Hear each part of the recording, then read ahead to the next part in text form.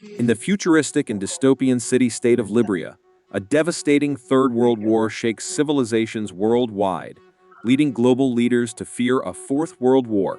In response, they establish a new conflict-free society, banning emotionally stimulating materials like art, music, and literature, rated EC-10 for emotional content. These items are promptly incinerated. Citizens must undergo regular interval injections of the emotion-suppressing drug Prozium from equilibrium centers.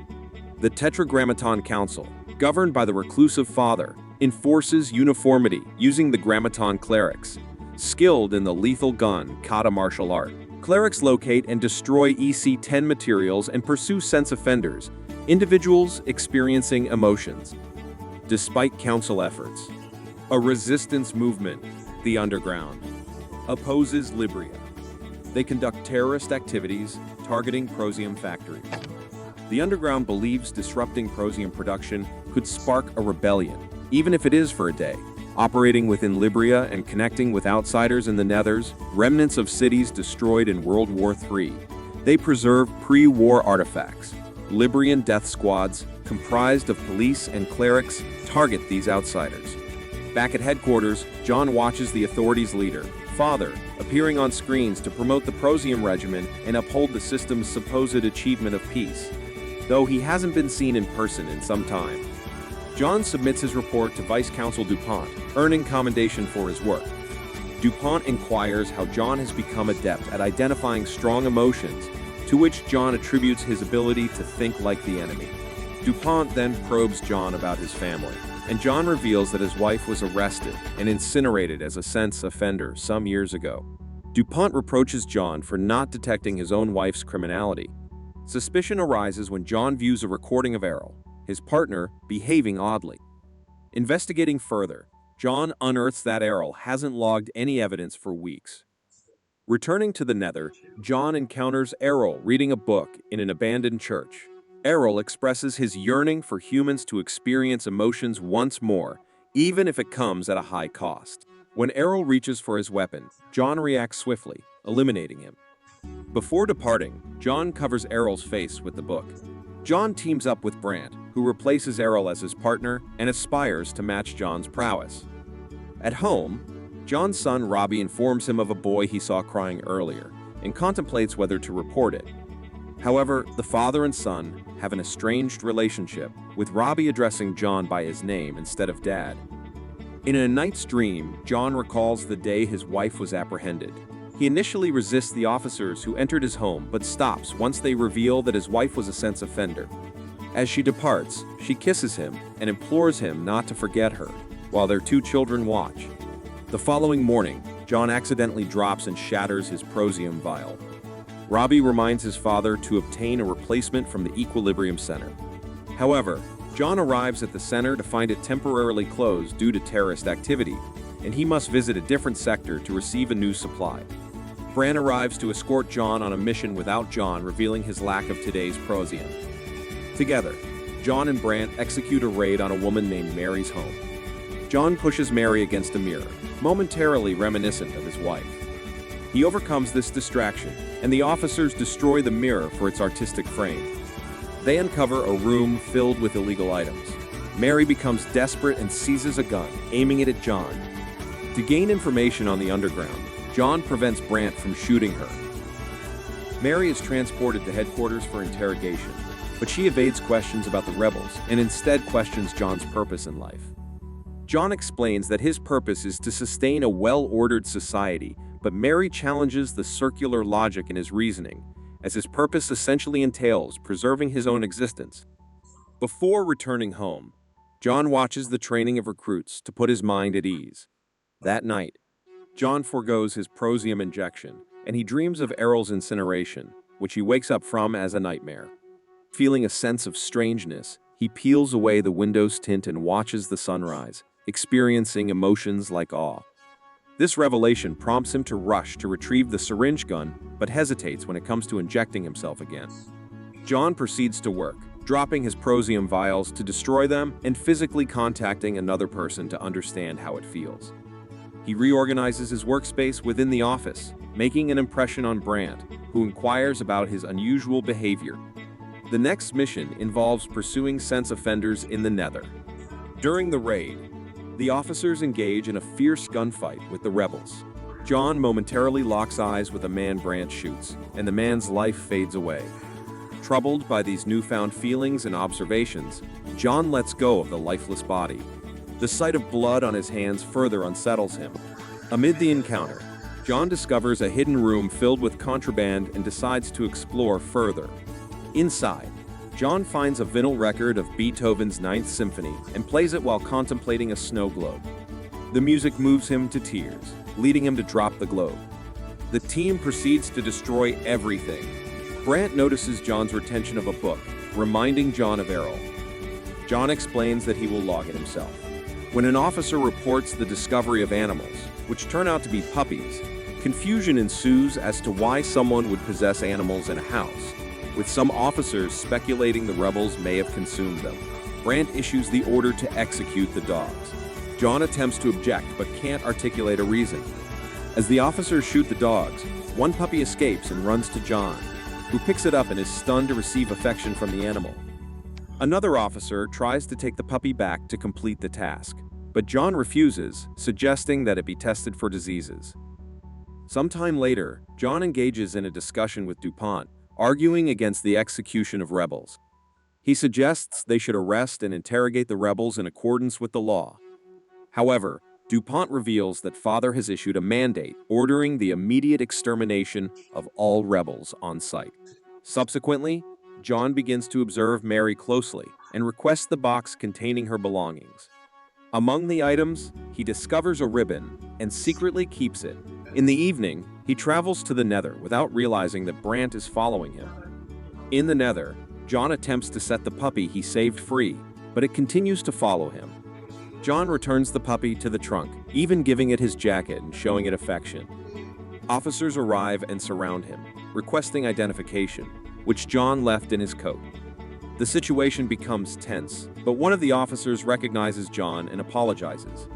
Unfortunately, the puppy yelps, drawing their attention to the trunk. They find the puppy and order John to kneel.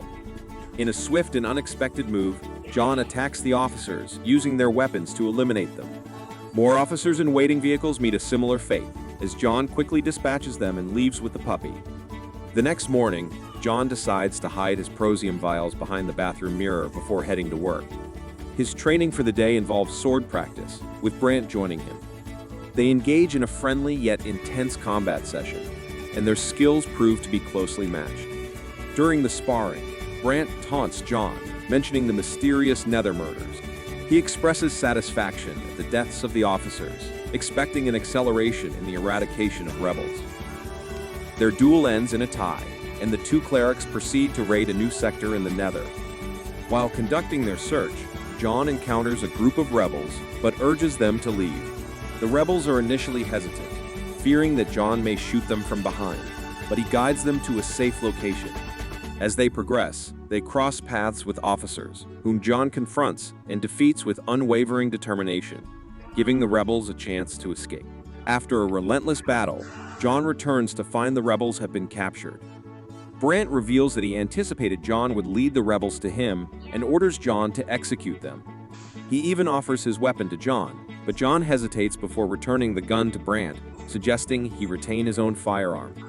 Brant commands the officers to kill the rebels as John departs with a stoic expression. Later, John visits DuPont and expresses his readiness to become Father's instrument against the resistance.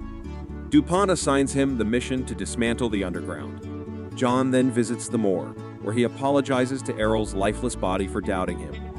While examining Errol's personal effects, John discovers numerous photographs, one of which captivates his attention due to the word freedom. Intrigued, he rushes to see Mary and inquires about Errol, but she denies knowing him. John reveals a photograph that shows Mary and Errol together, causing her to react violently. She grabs a pen and attempts to stab John, but he prevents the attack and pins her down. Gently touching her face, he is deeply affected, reminded of his wife. As he scrutinizes the photograph with its notable word, freedom, John recalls a place called the Freedom Reading Room, where a teacher recites the manifesto to young men. He proceeds to this location, dismisses the students, and confronts the teacher, coercing information that Errol frequented the place to meet with a man named Jurgen. Getting an idea, John takes down the shelves by forcefully propelling the teacher against them, revealing Jurgen. Jurgen discloses that the rebels have been monitoring John. Subsequently, to ensure that John can still feel emotions, he undergoes a polygraph test, during which the machine goes haywire as soon as Jurgen mentions Mary. Jurgen recognizes that John is in possession of Mary's ribbon and implies that he can find emotional fulfillment by allowing himself to fall in love with her. John, however, points out that Mary is scheduled for incineration the following day. Wondering how he can contribute to the resistance, John asks Jurgen for guidance, and Jurgen suggests that he assassinate Father. Upon departing from the underground, John finds himself surrounded by guards who escort him to DuPont.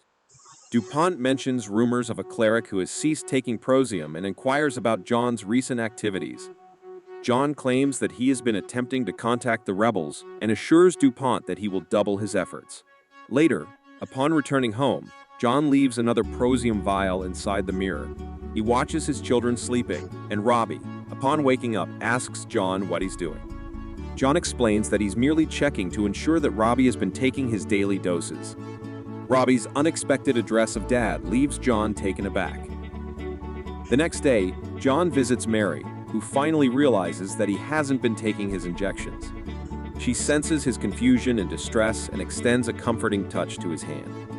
Following this encounter, John meets with Jurgen to convey the impracticality of assassinating Father, emphasizing that no one has seen Father in years. Jurgen counters that John's training makes him the ideal candidate for the task, promising that the rebels will be prepared to dismantle all the prosium labs throughout the city once everyone starts experiencing emotions again. John agrees to attempt the mission but is cautioned by Jurgen not to witness Mary's execution, as it will only complicate matters. However, back at the office, John inadvertently sees the preparations for Mary's execution on the screens, which compels him to search for the footage of his wife's incineration. Watching the video, John is haunted by his own lack of reaction when his wife was being consumed by flames. Motivated to make amends, he rushes to save Mary from her impending execution. Upon reaching the incineration room, John discovers that Mary is already inside the chamber, and the turbine machines have been activated. Attempting to open the chamber would result in a catastrophic explosion. John struggles to contain his emotions as he witnesses Mary's death, and he ultimately exits the room to have an emotional breakdown. Amid emotional turmoil, Brandt arrests John, accusing him of involvement with Mary and murdering Nether officers. John reminds DuPont of his mission to expose the cleric traitor. DuPont orders a gun examination, revealing it's Brandt's. Confused, Brandt checks his gun, realizing it's John's, swapped the previous night. John claims Brandt took his firearm during the arrest. DuPont orders Brandt's removal, but informs John of a home search. Pretending agreement, John comments on not meeting Father, designated to destroy the underground. Hurrying home, he finds his prosium stash gone. Robbie confesses, revealing they stopped injections. John blesses his children before leaving. John meets rebels, falsely informing the council of the underground's location. Officers arrest rebels, hailing John a hero for an audience with Father. On the meeting day, John faces a test, relinquishing weapons and undergoing a polygraph. Brandt intervenes, suggesting asking a cleric for a weapon. Father appears, revealing Brandt's arrest was part of a plan. For years, Father aimed to infiltrate, came to the realization that he required someone who could think and feel like the rebels. At the behest of Father, it was revealed that John was that man, only to unveil his true identity as DuPont. DuPont had been using recordings to conceal the death of the real Father, elected by the council to continue his traditions. Furious at this revelation, John swiftly drew hidden guns from his sleeves, eliminating everyone in the room with remarkable skill. Following the massacre, he confronted DuPont, shot the screen, and embarked on a ruthless killing spree, leaving guards in his wake. Upon reaching DuPont, Brandt, acting as the bodyguard, stood in his way. John continued his onslaught, cutting down guards before engaging in a serious duel with Brandt, who wielded a sword. In contrast to their previous training, John fought with lethal intent, swiftly dispatching Brant with a few precise strikes. DuPont, armed with a gun, then attacked John. Although initially matching John's skill, DuPont soon succumbed to his superior prowess. In a desperate plea for mercy, DuPont confessed to experiencing emotions, but John, devoid of remorse, shot him in the head. Before leaving the building, John destroyed the machines broadcasting father's messages. This act served as a signal for the rebels, who promptly initiated bombings on Prosium factories throughout the city. The locals, now comprehending the need to resist the system, began to rally against it. The film ends with a riot, signaling the downfall of the Liberian government. Thank you for watching. Don't forget to subscribe for more content like this.